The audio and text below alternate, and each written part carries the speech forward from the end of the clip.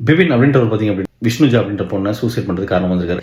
Suicide thoughts எதனால் வருது, நீங்கள் சூசைட் எப்படி அவாய்ட் பண்ணலாம், அதை பற்றி தான் சொல்ல போகிறேன். அது வந்து என்ன பண்ணியிருக்காரு அப்படின்னா, அந்த பொண்ணை பார்த்தீங்கன்னா அழகாக இல்லை, அதே மாதிரி ஒல்லியாக இருக்க, என் கூட வண்டியில் வராத, கல்யாணம் ஆயிடுச்சு, பட் இருந்தாலும் பார்த்தீங்கன்னா இந்த மாதிரி பார்த்தீங்கன்னா டெய்லி சொல்லி டார்ச்சர் பண்ணியிருக்காரு. அதே மாதிரி வேலைக்கு போய் சொல்லியிருக்காரு, வேலைக்கு போய் அந்த பொண்ணு வந்து பணம் நிறைய சம்பாதிச்சிட்டான்னு சொல்லியிருக்காரு. அதே மாதிரி பார்த்தீங்கன்னா அப்பா அம்மா பணம் வாங்க சொல்லி டார்ச்சர் பண்ணியிருக்காரு.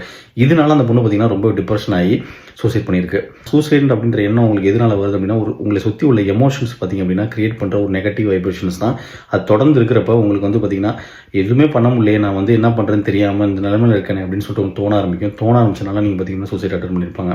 ஸோ ஒரே ஒரு விஷயம் தான் நீங்கள் அந்த நேரத்தில் யோசிக்கணும். 5 வருஷத்துக்கு முன்னாடி நான் எப்படி இருந்தேன், சப்போஸ் பார்த்தீங்கன்னா நான் வந்து ஒரு காலேஜ் படிச்சிருப்பேன், ஏதோ பண்ணிட்டு இருந்திருப்பேன், அப்போ நான் எவ்வளோ ஹாப்பியாக இருந்தேன் அப்படின்னு யோசிக்கணும்.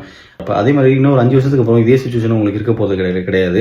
நீங்கள் மேபி ஒரு டிசிஷன் எடுத்துகிட்டு நீங்கள் ரிலேஷன்ஷிப் வெளில வந்துட்டு இன்னொரு கல்யாணம் கூட பண்ணலாம், இல்லை வந்து கல்யாணமே பண்ணாமல் இல்லை அப்பா அம்மா கூட இருக்கலாம். அந்த உங்களோட ஹாப்பினஸ்ன்றது உங்களோட சூசைட் தாட்ஸ் வரதுக்கான முக்கியமான காரணம் உங்களை சுற்றி உள்ள சரௌண்டிங் தான் தவிர நீங்கள் காரணம் கிடையாது. உங்கள் உயிரை இன்னொருத்தருக்காக நீங்கள் எடுத்துக்கொண்ட அவசியமே கிடையாது.